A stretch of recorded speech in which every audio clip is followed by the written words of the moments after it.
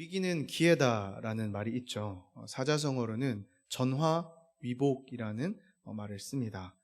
어떠한 불행이라는 일이 닥쳐올지라도 끊임없이 노력하며 또 강인한 정신력과 불굴의 의지로 힘쓰면 이 불행한 상황도 다시 행복으로 바꿀 수 있다라는 의미를 가지고 있죠. 이를 잘 설명해 주는 드라마가 있더라고요. 오늘 제목을 보면 대충 아셨겠지만 이태원 클라스라는 아마 드라마를 한번 좀 보셨을 거라고 생각합니다. 이 드라마를 보시면 이 양심과 그리고 정직을 빼면 시체인 주인공이 등장을 하죠. 근데 그 주인공이 첫 회부터 어떻게 해요? 이 빌런들에 의해서 어려움을 많이 겪습니다. 처음에는 태학도 당하게 되고 또 아버지가 또 죽임을 당하는 일이 생기게 되고 또 화를 참지 못해서 폭력을 휘두르다가 어떻게 해요? 살인미수죄로 전역 감옥까지 가게 되죠. 하지만 이 주인공은 끝까지 포기하지 않고 이 정직과 양심이라는 신념을 끝까지 지키면서 계속해서 이제 빌런들의 공격이 들어옴에도 불구하고 꿋꿋하게 버텨나갑니다. 그리고 끝내는 어떻게 해요? 끝내는 성공을 하게 되고 이제 이 악역을 맡은 빌런들은 무너지면서 드라마는 막을 내리게 되죠. 이 드라마를 보면서 제가 인상 깊었던 말이 하나가 있는데 어떤 말이냐면 한번 보여주실래요? 아마 이걸 보면 노래가 떠오르시는 분도 있을 것 같은데 어떤 말이냐면 나는 돌덩이 뜨겁게 지져봐라. 나는 움직이지 않는 돌덩이 더 세게 때려봐라. 나는 단단한 돌덩이 깊은 어둠에 가둬봐라. 나는 홀로 빛나는 돌덩이 부서지고 재가 되고 썩어버리는 섭리마저 거부하리. 살아남는 나는 다이아. 이런 글이었습니다. 우리가 살다 보면은 좋든지 그렇지 못하든지 간에 몇 번의 아니면 수십 번의 위기를 맞게 되죠. 그래서 그 순간에 우리가 어떠한 선택을 하느냐에 따라서 그 위기가 더 큰 위기가 될 수도 있고 아니면 반대로 일생일대의 기회가 되기도 합니다. 그렇다면 우리 인생 가운데 오는 이 위기, 어떤 분들은 광야일 수도 있고 어떤 분들은 또 고난일 수도 있는데 이 위기의 때에 우리는 어떻게 생각하면서 어떻게 살아가야 할까? 우리가 이제 사사기를 공부하고 있지 않습니까? 이 사사기를 공부하시는 분들이라면 이제는 어느 정도 이제 느낌이 오셨을 겁니다. 어떻게 생각을 해야 될까요? 이 뭔가 하나님의 신호가 있구나. 지금 나의 이 신앙에 뭔가 지금 브레이크를 걸고 있는 무언가가 있구나. 그래서 지지난 시간이죠. 하나님께서 뭘 하신다고 했죠? 시험하신다라고 했던 것을 기억하실 겁니다. 왜요? 우리를 골탕 먹이려고 그러시는 것이 아니라 그 시험의 순간들을 통하여서 어떻게 해요? 우리를 더 단단하게 훈련시키기 위해서. 그러니까 여러분, 우리가 이 그리스도인으로서 우리에게 오는 이 위기의 때 우리는 어떻게 해야 됩니까? 불평하고 원망하고 또 그것 때문에 그것에 사로잡혀서 매일매일을 우울감에 빠져서 살아가는 것이 아니라 오늘 이 이태원 클래스의 이 주인공이 했던 말처럼 정면 돌파를 하나라는 것이죠. 지금 이 순간이 나를 너무나도 힘들게 하고 나를 너무나도 뜨겁게 지진다 해도 거센 망치질이 내 인생 가운데 계속해서 두드려진다고 할지라도 오히려 나는 뭐예요? 이 과정이 나를 더 단단하게 만드는 거구나. 그래서 결국에는 나를 어떻게 해요? 예쁜 이 다이아가 뭐예요? 잘 안 깨지고 단단하거든요. 근데 또 예쁘잖아요. 예쁘고 단단한 다이아처럼 나를 만들어가는 과정이구나. 그래서 여러분 그때는 우리가 뭘 해야 됩니까? 자꾸만 세상의 것을 바라보면서 그것에 찾아가는 것이 아니라 현재 지금 내 신앙 가운데 브레이크를 걸고 있는 게 뭔가 그걸 먼저 점검하셔야겠죠. 그리고 그걸 놓고 어떻게 해야 돼요? 하나님 앞에 내려놓는 겁니다. 그리고 어떻게 해요? 우리 사사기를 또 보겠지만 그 다음 뭐 해야 돼요? 하나님 앞에 기도로 나아가는 것이죠. 오늘 목사님께서도 담임 목사님 그 얘기를 하더라고요. 이 그리스도인이라는 건 뭐예요? 우리가 주도적으로 사는 것이 아니라 하나님께 의지하면서 끌려가는 인생이라고 했거든요. 우리가 정말 이 과정을 통하여서 더 단단해지고 그래서 훈련받고 그리고 나가는 우리들 되면 좋지 않을까요? 그런데 문제는 사사기의 백성들을 보면 알겠죠. 인간은 무슨 동물이라 했어요? 망각의 동물이라 했잖아요. 잊어버린다고 했잖아요. 자꾸 해서 이제 왔다 갔다 하고 있는데 이제 나온 김에 합시다. 이 사사기의 사이클이 있다 했잖아요. 첫 번째는 죄였죠. 두 번째는 어때요? 그 죄의 결과 하나님께서 시험의 단계를 주는데 그게 뭐예요? 이방을 압제를 당하는 데 했어요. 그 압제를 통하여서 이스라엘 백성이 견디다 못해서 간구를 하죠. 사실 그 간구가 온전한 참회인 경우는 별로 없어요. 그렇지만 어쨌든 하나님을 찾는다 그 이유만으로 하나님께서 어떻게 해요? 그들에게 사사롭게 구원해 주신다는 말이에요. 문제는 뭐예요? 5번이죠. 망각하니 까먹는 거예요. 그래서 아까 다이아처럼 우리 신앙이 위기의 순간마다 이 때림을 통하여서 더 단단해지고 더 한 단계 올라가서 성숙하고 성장하고 더 단단해지고 올라가고 더 단단해져야 되는데 그게 아니라 어떻게 해요? 단단해질 틈도 없이 무너져 버리고 아마 우리 게임 좋아하시는 분들 알게요. 이 무기를 강화한다고 하잖아요. 강화가 잘 되면은 오해지만 쉽지 않잖아요.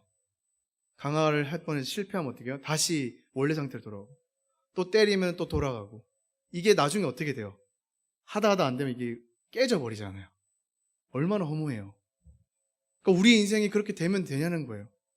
때리면 때릴수록 더 단단해지고 다이아처럼 돼야 되는데 이게 몇 번 반복되다 보니까 어떻게 해요? 못 견디는 거야 내가. 나 스스로 어떻게 자멸해버린다는 거예요. 우울감에 빠지고. 그래서 요즘에 옛날부터 그랬죠. 이 공인들이라는 분들이 특히 예수님 믿는다고 하시는 분들이 너무나도 쉽게 어떻게 자신의 인생을 포기하는 걸 우리가 많이 보지 않습니까? 그래서 이 사사기는 계속해서 그 반복되는 우리의 실수를 통하여서 우리의 모습을 계속해서 들여다보게 하는 거예요. 오늘도 한번 보실까요? 12절 13절을 보시겠습니다. 보실까요? 이스라엘 자손이 또 여호와의 목전에 악을 행하니라. 이스라엘 자손이 여호와의 목전에 악을 행함으로 여호와께서 모압 왕 에글론을 강성하게 하사 그들을 대적하게 하심에 13절 에글론이 암몬과 아말렉 자손을 모아 가지고 와서 이스라엘을 쳐서 종려나무 성읍을 점령한지라. 첫 번째 단계, 두 번째 단계 다 나왔죠. 네, 또 까먹은 거예요. 또 죄를 짓는 거예요. 그래서 하나님께서 어떻게 또 하나의 방법을 썼는데 이방 민족 누구요? 모압 왕 에글론을 사용하셔서 암몬과 아말렉과 연합을 해서 이 이스라엘을 치고 점령하게 됩니다. 어디를 점령하고 있다고 했죠? 종려나무 성읍이라고 되어 있습니다. 여러분 혹시 이 종려나무가 어떤 나무인지 아시는 분 계신가요? 모르세요? 네. 그래서 제가 준비해왔죠. 아마 들어본 적은 있을 거예요. 이 종려주일 아시잖아요. 이 부활 고난주일과 부활주일 사이에 있는 이 종려주일. 예수님께서 예루살렘 성에 올라가실 때 호산나 호산나 찬양도 많이 불렀을 거예요. 그때 이스라엘 백성들이 흔들었던 그 나무 잎이 바로 종려나무 잎인데 그 나무가 어떻게 생겼냐면 보여주세요. 네, 이렇게 생겼습니다. 이 종려나무가요 한 가지 또 다른 이름이 있는데 이 이름이 뭐냐면 대추야자나무라고 해요. 들어보셨어요? 제가 이건 좀 곁다리 얘기인데 이 설교를 준비할 때 소름이 끼칠 때가 몇 번 있는데 언제냐면 제가 이제 한 주간 이제 설교 본문을 놓고 연구를 할 거잖아요. 기도하면서 기도하고 연구하는 과정에 이 소재들 특히 뭐 예화라든지 뭐 이런저런 사진이라든지 찾을 거 아니에요. 근데 제가 의도하지 않았는데 하나님께서 챙겨주실 때가 있어요. 이번에도 이 종려나무를 제가 이렇게 검색하면서 뭘 좀 찾았어야 되나 이렇게 하고 있는데 갑자기 제 앞에 누가 앉은지 아세요? 뭐 하는 목사님 앉아 계시거든요. 갑자기 저한테 이렇게 오시는 거예요. 목사님 오셔가지고 너무 단 거 많이 드시지 마세요. 힘드시죠? 이러면서 건강을 챙기시라고 견과류를 제가 드릴 거예요. 이걸 주시더라고요. 이걸 주시더라고요.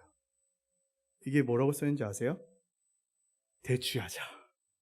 제가 소름이 막 끼치는데 너무 놀랐어요. 목사님 이거 어떻게 이거 안 그래도 어떻게 사야 되나 말아야 되나 이러고 있어요. 제가 이 얘기를 왜 하냐면 여러분도 말씀 듣고 가잖아요. 그러면 한 줄을 까먹지 마시고요. 가지고 살아내세요. 그러면 정말 여러분들 인생 가운데 이 소름 끼칠 적 벌써 소름이 끼쳤거든요. 한 번 더. 소름이 끼치는 일들이 있어요. 근데 이 말씀이 없는 사람들은 이게 안 돼. 그러니까 여러분들도 제가 반말해서 죄송해요. 정말 이 말씀을 가지고 살아갈 때 이 소름 끼치는 일들이 정말 여러분들 삶 가운데 계속 일어났으면 좋겠어요. 네, 여기까지. 네. 어쨌든 이 대추야자 나무가요 이렇게 생긴 열매가요 아마 보신 분도 있을 거예요. 이렇게 생겼어요. 네, 제가 갈 때 원하시는 분 하나씩 넣어 드릴게요. 네, 이게 이게 이제 종려나무 열매인데요. 이게 얼마나 다냐면 사실 이게는 별로 안 달아요. 제가 봤을 때는 이거 이스라엘산 아닌 것 같아요. 예, 저기 어디 하여튼 그래요. 제가 왜 그런 이야기를 하냐면 성지순례 갈 때 이게 몇 끼마다 나와요. 디저트로 나오는데 얼마나 다냐면 하나를 제대로 못 먹어요. 거의 꿀에 오랫동안 절인 것 같이 엄청 달거든요. 그래서 여기서 TMI가 하나 나가는데, 우리 가나안 땅 설명할 때 가나안 땅을 뭐라고 하면 젖과 꿀이 흐른다고 하잖아요. 거기서 젖이 뭐냐면 이 가나안 땅에 흐르고 있는 강들을 얘기해요. 그리고 꿀이 뭘까요? 네, 그거 보여줄 타임은 아닙니다. 네, 꿀이 뭘까요? 예요, 예. 이걸 꿀이라고 해요. 그냥 그 꿀이 아니라 우리가 생각하고 있는.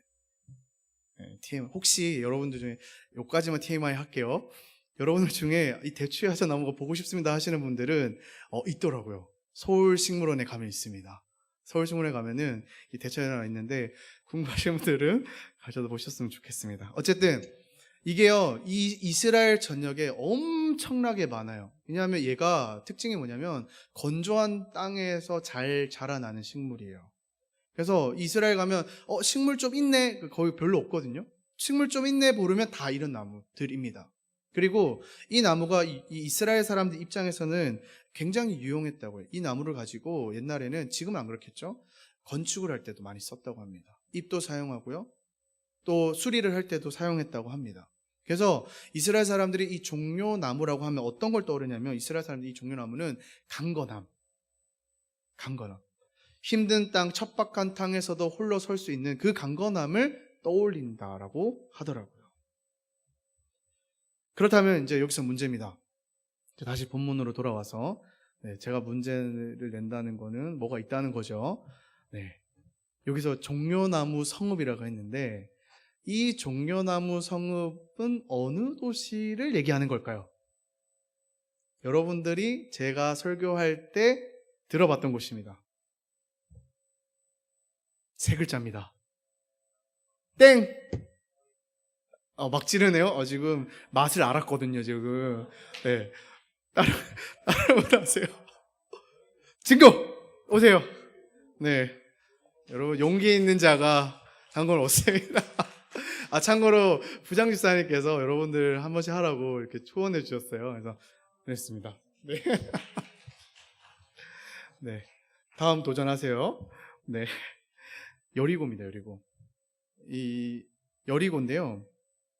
여리고를 가면 이 종려나무가요, 들어가는 초입부터 해서요, 이 마을을 이렇게 둘러싸여져 있어요. 그래서 이 여리고는요, 이 해발 고도가 마이너스 200입니다. 그러니까 땅이 이렇게 되면 이렇게 내려간다는 거죠. 그래서 이 도시는 되게 온화하고 되게 건조하고 척박한 땅인데, 이 여리고는 되게 온화한 땅이고 좀 따뜻하고 또 물이 넘쳐난 오아시스가 흐르는 동네라고 해서요. 그러니까 물이 많으니까 어떡해요? 이게 안 그래도 척박한 땅에 잘 자라는데, 이 여리고성은 뭐예요? 그 주변에 이게 엄청나게 많은 거예요. 그래서 지금 여리고 성읍이라고 하면은 여의도구나, 이렇게 이스라엘 사람이 생각을 한다는 거죠. 그리고 이 여리고는요, 전략적인 요충지였다고 해요. 지도를 이제 보셔야 되는데, 지금 보시면요, 여의도가 보이시나요? 네, 제가 나중에 카톡으로 다 보내드릴게요. 이 여리고가 지금 베냐민 지파의 땅에 지금 걸쳐 있거든요. 근데 이 여리고가요, 굉장히 전략적인 요충지에 있다고 합니다. 보시면 우측에는요, 요단강이 지금 이렇게 흐르면서 길을 막고 있고요. 그 다음에 좌측으로는 아까 말했던 베냐민 지파, 또 위에는 뭐예요? 므낫세, 에브라임 지파, 그리고 아래는 지금 유다 지파가 있죠. 그래서 이 여리고가 이 땅들로 연결되는 교두보 역할을 했다고 합니다. 근데 반대로 말하면 이게 뭐냐면, 여기를 뚫으면, 여리고를 뚫으면 어떻게 해요? 다른 데가 어떻게 해요? 다 뚫린다는 단점이 있어요. 그래서 우리가 사사기 처음에 여리고성 얘기했잖아요. 가나안 백성들이 왜 여리고를 먼저 쳤을까요? 그 이유 때문인 거예요. 딱 가나안 백성들이 요단강을 건너자마자 보이는 게 바로 여리고성이거든요. 그래서 그렇게 진행됐다고 보시면 됩니다. 그러니까 지금 이방 민족들이, 이게 모압이랑 이런 나라들 다 이쪽에 있거든요. 요단강 건너편에 있거든요. 얘네들이 이제 들어오니까 어디로 들어와야 돼요? 이 여리고로 들어올 수밖에 없었다는 겁니다. 그래서 이들은 여리고를 점령하고 이스라엘 착취의 전초기지로 삼았다라는 것을 오늘 배경을 볼 수 있습니다. 14절 보실까요? 이에 이스라엘 자손이 모압 왕 에글론을 18해 동안 섬기니라. 이제 죄의 결과인 거죠. 이들이 쳐들어왔고 18년 동안에 이제 그들을 섬기게 됩니다. 섬기면서 이제 계속해서 조공을 바쳤다는 것이죠. 그래서 이제 18년 동안 참다 못한 이스라엘 백성들이 결국엔 어떻게 돼요? 간구를 한다는 거예요. 15절 봅시다.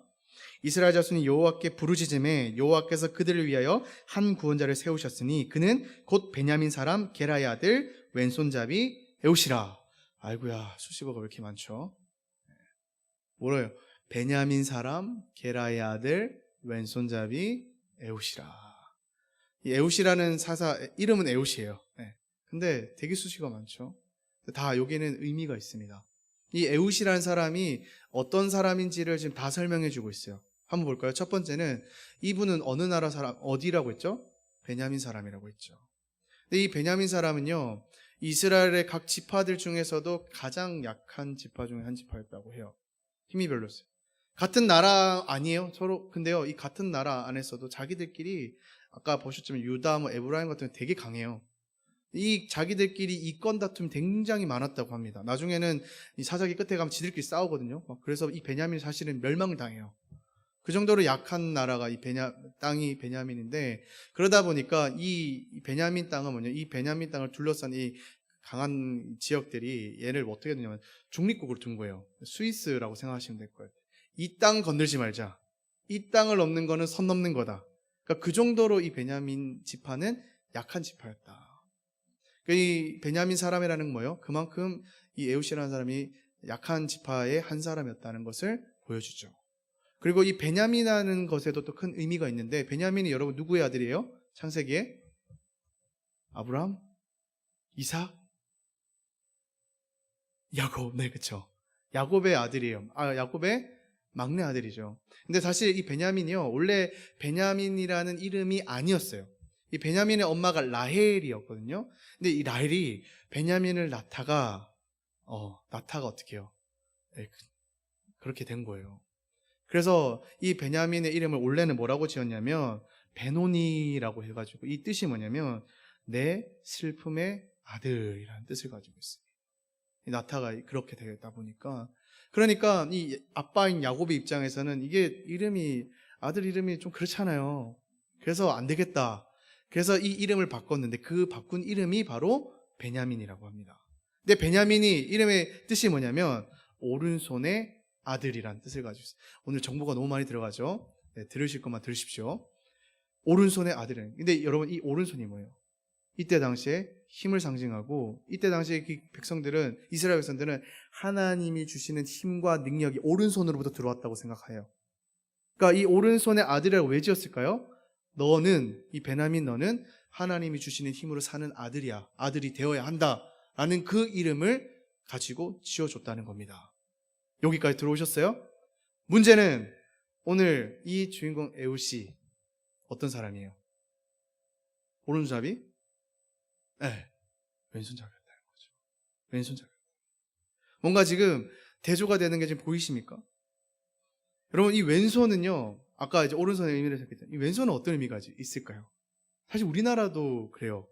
굉장히 부정적인 의미가 있어요. 그래서 여러분, 옛날에 제 사촌도요, 왼손잡이였거든요. 옛날에 왼손잡이들은 왼손으로 밥 못 먹었어요. 못 먹겠어요. 부정 탄다고. 오른손을. 만약 왼손 나가자면 어떻게 해요? 해초리를 가지고요, 여기를 팍 때려요. 그래서 지금 제 사촌도 오른손잡이가 됐거든요. 그만큼 부정적인, 이스라엘도 그랬다는 거예요. 그러니까 지금 이 에웃이요, 저 지금 수식된 이름만 봐더라도 이 에웃이 어떤 사람이었을까요? 약한 사람에다가 왼손잡이. 그래서 이 주석가들은요, 이 왼손잡이의 또 원어 의미가 뭐냐면 오른손을 잘못 쓰는, 오른손이 묶인. 주석가들은 뭐라고 하냐면 이 사람은 그냥 왼손잡이만이 아니라 오른손에 장애가 있는 사람이라고 해석을 합니다.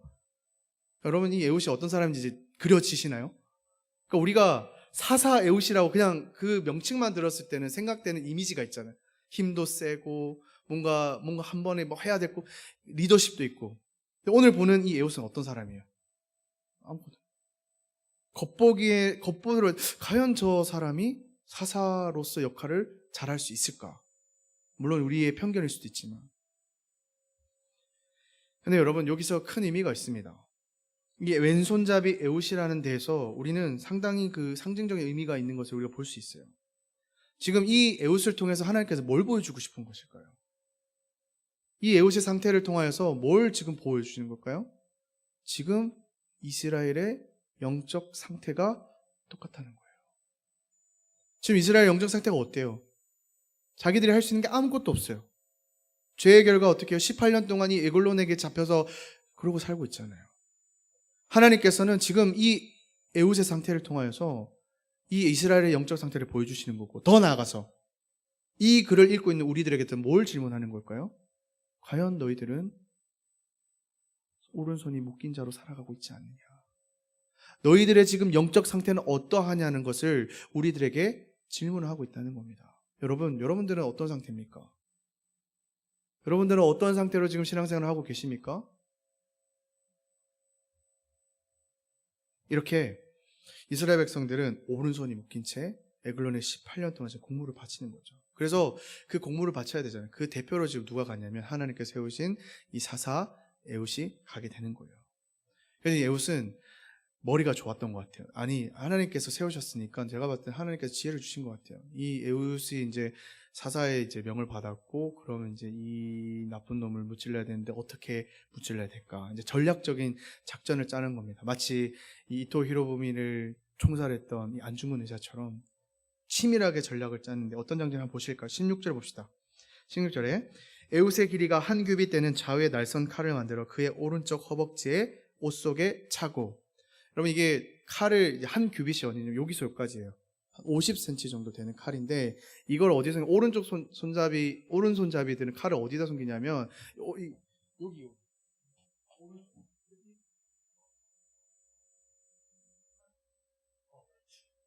네, 이렇게 하잖아요. 근데 왼손잡이들은 어떻게 반대로 이렇게 갈 거 아니에요. 그러니까 지금 에옷을 어디에다 숨겼다는 거예요? 오른쪽 허벅지에다가 지금 숨겼다는 거예요. 그러니까 이게 장점이 돼버린 거예요. 왜? 이 병사들이 몸을 수색할 거 아니에요. 근데 통상적으로는 어디요? 보통은 왼쪽으로 훑었겠죠. 근데 이게 뭐예요? 에옷은 오른쪽에 숨기다 보니까 뭐 거기에 대한 자세한 내용은 없지만 이렇게 통과한 걸 봐서는, 칼을 숨기고 갔는데 통과한 걸 봐서는 그냥 넘어간 것 같아요. 거기다가 장애가 있다고 했잖아요. 그러니까 아무래도 의심도 좀 덜 받았던 것 같고, 그러니까 너무나도 쉽게 에글론 왕 앞에 공물을 바치러 갔던 겁니다. 그런데 거기서 수행을 한 것이 아니라 일단은 공물을 바치고 백을 합니다. 백을 해서 어디까지 가냐면 오늘 19절 보실까요? 자기는 길갈 근처 돌 뜨는 곳에서부터 돌아와서 이르되 왕이여 내가 은밀한 일을 왕에게 아뢰려 하나이다 하니 왕이 명령하여 조용히 하라 하매 모셔 선 자들이 다 물러간지라. 여기서 돌 뜨는 곳이라고 지금 되어 있죠. 여기가 어디냐면 페시림이라는 단어인데 우상들이라는 뜻을 가지고 있습니다. 우상을 섬기는 곳이 될 수도 있고 우상을 만드는 곳이 될 수 있는데, 지금 에웃이 돌아와서 거기까지 간 거예요. 갔다가 그 사람들은 돌려보내고 다시 어떻게 해요? 왕에게 와서 에글론 왕에게 왕이시여 제가 은밀한 일을 알려드리려고 합니다. 그러니까 여러분, 왕이 이제 물어봤을 거예요. 너 어디서 갔다 왔느냐? 아, 저기 왕 우상을 섬기는 곳에서 왔습니다. 그러면 이 왕의 입장에서 어떻게 생각할까요? 아, 뭔가 이 신적인 계시를 나에게 주시려나 보다. 그러니까 진짜 전략이 치밀한 거예요. 이 에옷이. 아까 뭔가 이제, 그리고 장애도 있고 뭐 이렇게 수색도 넘어왔으니까 이 왕이 어떻게 해요? 아무런 거리낌 없이 그래? 들어와라. 나랑 독대하자. 그렇게 지금 상황이 굴러갑니다. 이렇게 왕과 독대하게 된 에훗 어땠을까요? 이토 히로부미를 보면서 한 방에 고민 없이 저격했던 그분처럼 21절 보실까요? 에훗이 왼손을 뻗쳐 그의 오른쪽 허벅지 위에서 칼을 빼어 왕의 몸을 찌르매 칼자루도 날을 따라 들어가서 그 끝이 등기까지 나갔고 그가 칼을 그의 몸에서 빼내지 아니하였으므로 기름이 칼날에 엉켰더라. 바로 와가지고 여기서부터 좀 잔인하고 더러운 얘기가 좀 있을 수 있는데요. 너무 상상하지 마시고 찌르게 됩니다. 찔렀는데 얼마나 깊게 찔렀느냐면 이 칼끝이 등 뒤로 나올 정도로. 근데 여기서 여러분 정말 여기서도 진짜 좀 소름 끼치는 일이 있는데, 이게 찌르는데 어디를 찔렀냐면 이 대장을 찌른 것 같아요. 죄송해요. 근데 얘기를 할 수밖에 없어가지고, 대장을 찌르다 보니까 여기 보면은 마지막에 뭐라 기름이 칼날에 엉켰거나 했잖아요. 그 기름이 뭐냐면 내장에서 나오는 그 배설물이 흘러나온 거예요. 근데 지금 뒤에 보시면요, 24절 한번 보실까요? 에훗이 나간 후에 왕의 신하들이 들어와서 다락문이 잠겼음을 보고 이르되 왕이 분명히 서늘한 방에서 그의 발을 가리우신다 하고 라고 돼 있죠. 이 발을 가리운다는 게 무슨 말일까요? 화장실 갔구나. 그게 뭐예요? 대장에서 흘러나오는 그 냄새가 그들 코에 들어간 거예요. 그러니까 어떻게 해요? 지금 안의 상황은 일이 다 벌어졌어요. 맞아서 죽었어요. 근데 지금 밖에 있는 신하들은 뭐예요? 아, 왕이 응가를 하시는구나. 기다렸다는 거예요. 그동안 이 에훗이 어떻게 해요? 도망갈 싱을 벌게 된 겁니다. 그렇게 이 에훗은요, 성공을 하게 됩니다. 뒤늦게 이제 발견한 이 병사들이 난리가 났겠죠. 왕이 죽었으니까 어떡하지? 그 기세를 몰아서 어떻게 해요? 이 에훗이 이스라엘 백성 앞에 가서 내가 왕을 죽였습니다. 갑시다. 그래서 따라 들어가서 이 에굴론의 백성들, 모압과 암몬의 족속들을 10,000명을 죽였다고 합니다. 그리고 그렇게 이스라엘에게는 80년간의 평화가 왔습니다. 이렇게 해피엔딩으로 끝이 나게 됩니다. 사랑하는 여러분, 오늘 이 말씀을 통해서 우리가 뭘 가져가야 될까요? 우리가 이 세상의 눈으로 이 에훗을 바라봤을 때는요, 정말 에훗한테는 뭐 하나 남다를 거 없었습니다. 출신만 봐도 베냐민 지파였죠. 유다나 에브라임, 므낫세 지파에 비하면 너무너무 약한 지파였어요. 그뿐입니까? 오른손을 쓰지 못하는, 즉 이 왼손잡이로 당시 사회적 시선도 좋지 않았을 뿐만 아니라 그 본인 스스로도 얼마나 불편했을까요? 근데 저는 이 에훗이 얼마나 그 인생이 어디서 열심히 살았는지 드러나냐면, 왼손으로 칼을 찌르는 등을 찔렀댔잖아요. 그러니까 이 장애를 극복하기 위해서 이 오른손의 힘을 얼마나 길렀을까, 그런 생각이 들더라고요. 아무리 왼손잡이라 해도. 어쨌든 근데 하나님의 입장에서는 여러분, 우리가 봤을 때는 이거는 사사 역할을 못할 것 같이 보이지만 하나님께서는 그게 중요하지 않다는 거예요. 출신이 중요한 것도 아니고 그가 가지고 있는 장애가 중요한 것도 아니고 하나님께서 그런 자를 어떻게 사용하시는가, 이것이 더 중요하다는 거예요. 하나님께서요, 그런 그를 어떻게 해요? 하나님께서 그에게 높은 지략을 더하여 주셨고요, 또 적장 앞에서 얼마나 떨었을까요? 여러분 사람 죽여보셨어요? 저도 못 죽여봤거든요. 안 죽여봤거든요. 얼마나 무서웠겠어요. 근데 그 앞에 갈 수 있는 담대한 마음을 주셨고요. 그뿐입니까? 그가 왼손잡이여서 무기를 오른쪽 허벅지에 숨긴 것 때문에 쉽게 벗어날 수도 있었고요. 하필이면 에글론의 대장을 찌르는 바람에 도망갈 시간까지 벌었다는 거예요. 여러분, 이 모든 것들이 우연일까요? 저는 이 모든 사건에 하나님께서 개입하시고 섭리하셨다고 저는 생각합니다. 이것이 여러분, 이게 우리가 뭐 죽이는 일이랑 상관없는 일이지만 여러분, 우리의 삶 가운데서 뭐요? 이게 하나님께서 우리를 통해서 일하시는 방법이라는 겁니다. 여러분 읽지는 않았지만 31절에 한번 보실까요? 31절에 딱 한 절 나오고 사라지는 사사 삼갈의 내용이 한 절이 나오는데요. 제가 읽어볼게요. 에훗 후에는 아낫의 아들 삼갈이 있어 소문은 막대기로 블레셋 사람 600명을 죽였고 그도 이스라엘을 구원하였더라. 여러분 이름을 보시면요, 이스라엘 사람이 아니에요. 이 사람은 그는 이스라엘 출신이 아니에요. 이 출애굽할 때 함께 자유를 찾아 나온 잡족의 후손이라고 해요. 근데 그가 어떻게 해요? 하나님께서 그를 사사로 불러주셔서 이 블레셋 사람들을 600명을 죽이는 역할을 맡기셨다는 거예요. 그러니까 여러분 이것만 보면 뭐예요? 하나님께서는 우리를 사용하실 때 혈통 안 봐, 민족 안 봐. 그러니까 지금도 유대인들은 뭐예요? 자기 민족, 제가 선민의식을 얘기했잖아요. 이 얼마나 어리석은지 몰라요. 이미 그 벗어난 건데 하나님께서 중요하게 여기는 건 민족이 아니요 혈통도 아니고요, 정말 하나님의 이 정의와 하나님의 이 말씀과 공의가 어떻게 시행되는가, 가장 중요하고, 그리고 그것을 실행하기 위해서 오늘의 하나님의 백성들을 사용하신다는 거예요. 그러니까 여러분, 우리가 이 사사기를 볼 때는요, 절대로 인간에게 집중하면 안 됩니다. 여기서 그래도 지금 에웃은요, 그나마 진짜 나은 사사예요. 지금 우리는 그래도 정말 하나님 앞에 올바로 선 사사를 보면 뒤로 가면 이제 난장판이에요. 망나니들 나오거든요. 근데 어쨌든 이 사사라는 인물에 집중하면 안 됩니다. 나도 어떻게 저렇게 할 수 있을까가 아니라는 거예요. 개인의 위대함이 아니라 그렇게밖에 생기지 못했던 그 사람을 하나님께서 어떻게 하나님의 도구로 사용하시는가. 사랑하는 여러분, 우리는 또 하나의 왼손잡이 사사를 알고 있어요.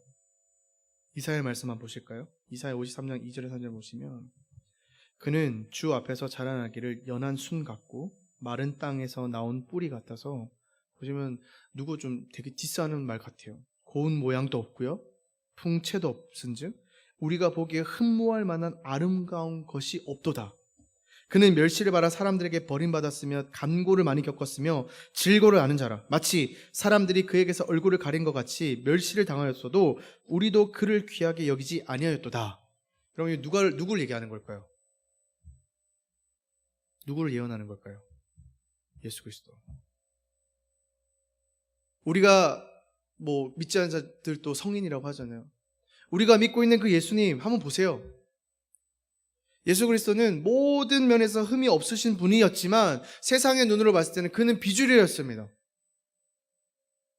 하나님이 택하신 통치자나 하나님의 구원자라고 세상이 전혀 겉모습만 봤을 때 믿을 수 없는 사람이었습니다. 그는 사사기의 어떤 사사들보다도 더 구원자로 보이지 않으셨고요. 그리고 예수님께서는 결정적으로 큰 승리를 통해서 승리하신 것이 아니라 그러니까 우리가 봤을 때 처참한 패배의 모습을 통하여서 그의 승리를 이루신 분입니다. 그래서 하나님께서는 예수 그리스도를 우리 가운데 불러주셔서 이 하나님의 나라가요, 어떻게 이루어지는지를 보여주시는 거예요. 예수 그리스도께서는 직접 이 땅에 왼손잡이로 오셨으며 우리가 생각하는 그 세상의 방법이 아니라 하나님의 방법으로 이 세상과 우리를 구원하셨다는 겁니다. 그리고 그 구원하신 세상 속에서 예수님만 그렇게 산 것이 아니라 결국에 뭐예요? 우리도 그렇게 살라는 거예요. 우리도 여러분 애초에 왼손잡이였지 않습니까? 여러분들을 장인이라 부른 게 아니라 우리 애초에 뭐예요? 죄인이었잖아요. 회생 불가능한 인간이었다고요. 슬픔의 아들이었다. 그러나 예수 그리스도를 말미암아 베냐민을 오른손의 아들로 바꿔주셨던 것처럼 우리 또한 어떻게 해요? 오른손의 아들로 불러주셨다는 거예요. 하나님의 방법으로 우리를 구원하셨고 축복하셨고, 그렇기 때문에 왼손잡이인 우리야말로 하나님의 그 은혜의 큰 수혜자입니다. 그러니까 여러분, 우리가 왼손잡이라고 불평할 거 없어요. 원망할 거 없어요. 결국 이 오른손의 아들이 뭔 말하는 겁니까? 우리는 전적으로 하나님께 의존하는 삶을 살아야 됩니다. 그리고 그렇게 그것을 가지고 여러분들이 살아가고 있는 그 삶의 터전 속으로 나가라는 거예요. 마지막 말씀 한번 볼까요? 고린도전서 한번 봅시다. 고린도전서 보시면 우리 같이 한번 읽어봅시다. 시작. 형제들아, 너희를 부르심을 보라.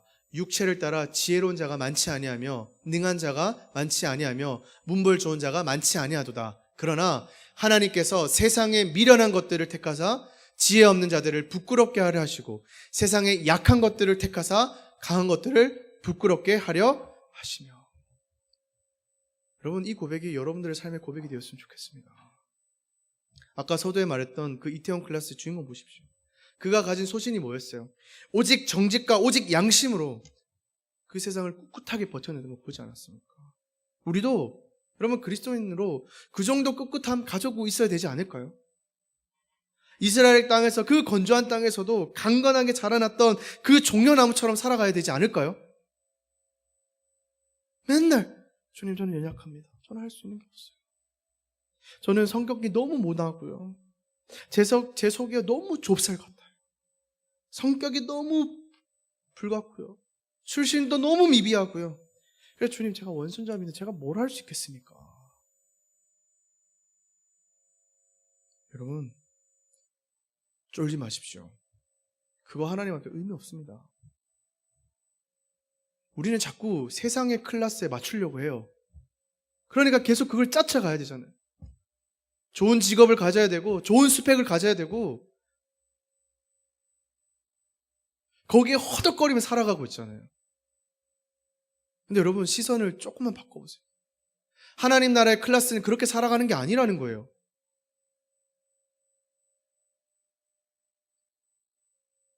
주님, 저 비록 왼손잡이지만, 세상 사람 보기에 너무나도 보잘것없는 형편이지만, 세상 이들과 비교했을 때 턱없이 부족한 사람이지만, 주님, 저를 주님 나라를 위해 사용하여 주십시오. 그래서 제가 처음에 얘기했죠. 소름이 끼치는 삶 살기 원합니다. 막 때마다 시마다 소름이 끼쳤습니다. 와, 어이구, 하나님이 하셨구나. 네, 여러분, 이게 오해하시면 노력을 하지 말라는 게 아니에요. 그러니까 우리의 의식과 관점이 어디가 있느냐는 거죠. 하나님, 사랑하는 여러분, 하나님께서는 오늘 여러분들을 왼손잡이 사사로 불러주셨습니다. 믿으십니까? 세상의 것, 세상의 그 기존에 근거하며 살아가는 게 아시나 주님 내게 부어주신 그 은혜를 생각하면서 정말 전적으로 주님만을 바라보며 살아가는 여러분들 되시기를 소망합니다.